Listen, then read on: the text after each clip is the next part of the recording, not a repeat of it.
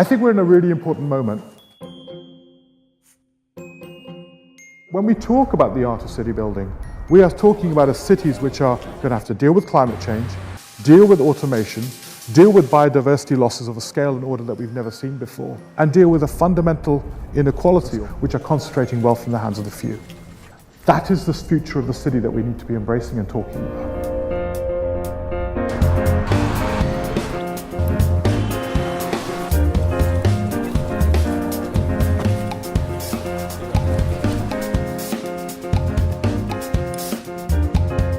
If you look at any of our big social challenges, they require us to innovate the way we drive change.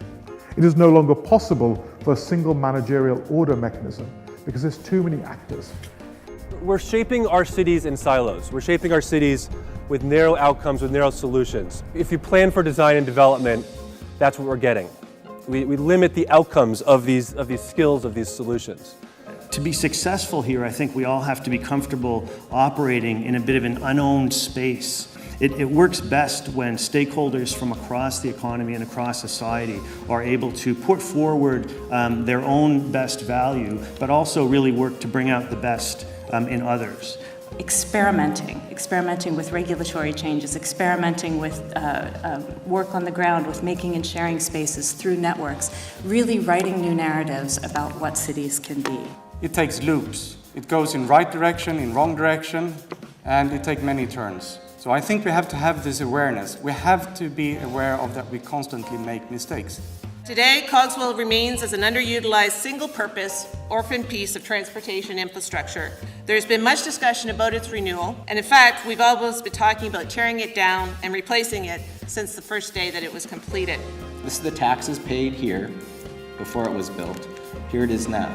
Or I'm a graphic guy, let me make a graphic for you. This is a 2,900% growth in your revenue, or this is $11,000 compared to $300,000. You know, come on, Joe, this is a community investment. I could put my money in other forms of investment. So this is if you put your money in the S&P 500 or NASDAQ. Well, what if you put your money into this public asset? This is the growth of taxes. Oh, here, it's up here.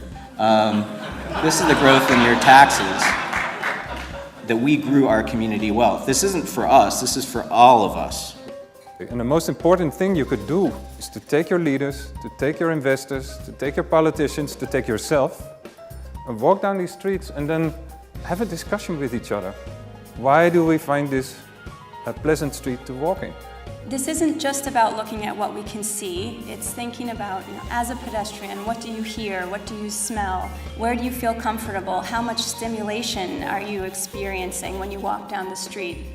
There's this economic development narrative going on in cities, which is that we're going to do innovation and we're going to grow by having technology companies here, and that's going to be the way out of our slow growth in cities. The narrative that I'm paying attention to is, what does it mean for the people who live in the city?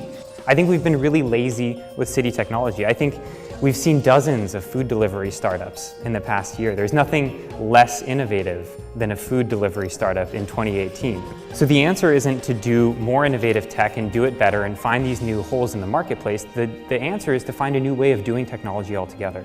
We look at innovation not being something that's just about high-tech companies. We're talking about leveraging a growth mindset and adopting methodologies that create opportunities for people. It's no longer those eerie garage boxes in Silicon Valley where the most beautiful innovations emerge, but it's actually the inner city for people to cross-fertilize and inspire each other. They actually need to meet, and for that they need places. Cities are at the forefront of 21st century challenges. They are the knot where actually all these forces are coming together. And one of the challenges I want to put down for the art of city building is, are we really responding to the scales of challenge we face? With that, I thank you.